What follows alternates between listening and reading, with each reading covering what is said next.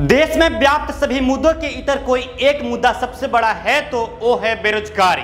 बेरोजगारी हमारे देश में सबसे बड़ी मुद्दा है, लेकिन अभी आज के समय में कोई इस पर बात करना नहीं चाहता है।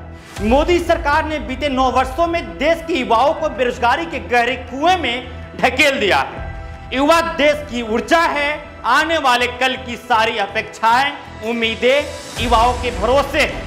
लेकिन आज देश में बेरोजगारी का ऐसा भयंकर जाल बिछा दिया गया है जिसमें आज की युवा पीढ़ी घुटन महसूस कर रही है।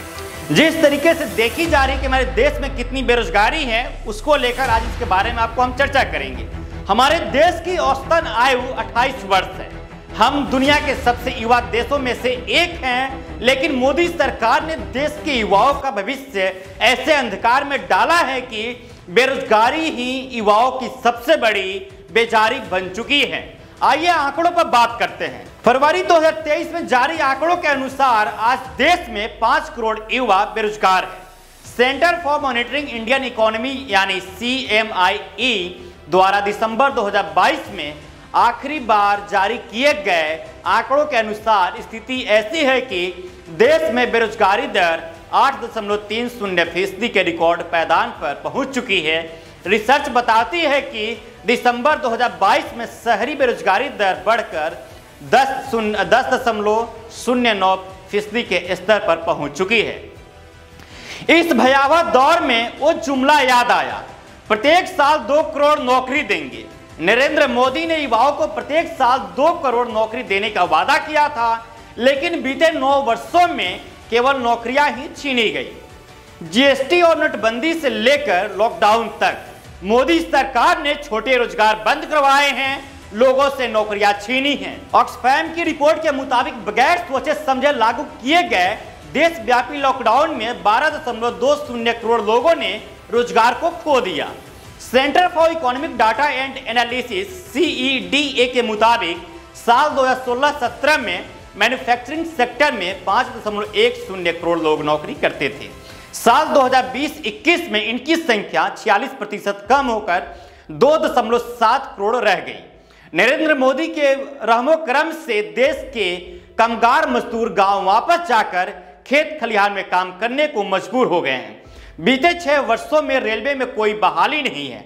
नौकरी के नाम देश के मेहनतकश युवाओं को अग्निवीर जैसी जन विरोधी योजनाओं का सामना करना पड़ रहा है। विरोध करने पर लाठियां खानी पड़ रही है। आप तो जानते ही हैं, जब किसी भी जगह पे आप आंदोलन करने के लिए जाते हैं, आप विरोध प्रदर्शन करते हैं, तो आप पे लाठी चार्ज की जाती है, आप पे टीयर गैस की गोला छोड़ा जाता है। ये अच्छे दिन के जुमले पर मारा गया तमाचा है। आज देश में बेरोजगारी दर 50 वर्षों में सबसे ज्यादा है। डंकापति के छलियावादों ने देश को बर्बाद कर दिया है, संस्थाओं को खत्म कर दिया है, प्राइवेटाइजेशन की आड़ में भविष्य को गहरे अंधकार की ओर ढकेल दिया है। मोदी सरकार ने अपने 2 कार्यकाल में समस्या के अलावे कुछ नहीं दिया। आज युवा बेहाल है। बेरोजगारी देश की सबसे बड़ी समस्या बन चुकी है। आप जानते हैं हमारे देश में कितनी बेरोजगारी है। बेरोजगारी चरम सीमा पे है। जैसे कि मैंने आपको आंकड़ा बताया, डेटा बताया, आंकड़ों के साथ आपके सामने पेश किया कि आखिर किस सेक्टर में कितनी बेरोजगारी है, बेरोजगारी दर इतनी क्यों है, उसकी वजह क्या है। जिस तरीके से प्रधानमंत्री, हमारे देश के प्रधानमंत्री नरेंद्र दामोदर दास मोदी ये चुनावी भाषणों में ये कहा करते थे कि प्रत्येक वर्ष 2 करोड़ नौकरी देंगे, लेकिन ये जो नौकरियां हैं कहीं ना कहीं दिख नहीं रही। लेकिन हालांकि जितने लोगों की पहले नौकरियां दी गई थी, उसमें से कई गुना ज़्यादा लोगों की नौकरियां छीन ली गई है। प्राइवेटाइजेशन हो रही है, लगातार लोग बेरोजगार हो रहे हैं। कोरोना का समय ले लीजिए, लॉकडाउन का समय ले लीजिए, उसमें भी काफ़ी लोग बेरोजगार हो चुके थे, नौकरियां जा चुकी थी, लोग खाने के लिए मजबूर हो चुके थे, लोग घर से बाहर नहीं निकलते थे लॉकडाउन के समय में। और जो मोदी बोले थे कि प्रत्येक वर्ष 2 करोड़ नौकरी देंगे, उसमें तो मिला नहीं।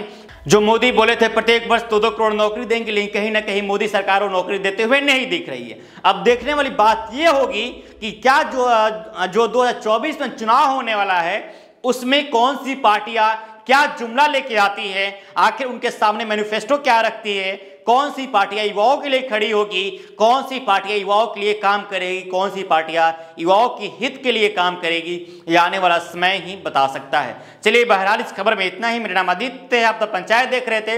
हमारे चैनल पर नए हैं तो चैनल को सब्सक्राइब कीजिएगा, वीडियो को शेयर कीजिएगा। बहुत बहुत शुक्रिया।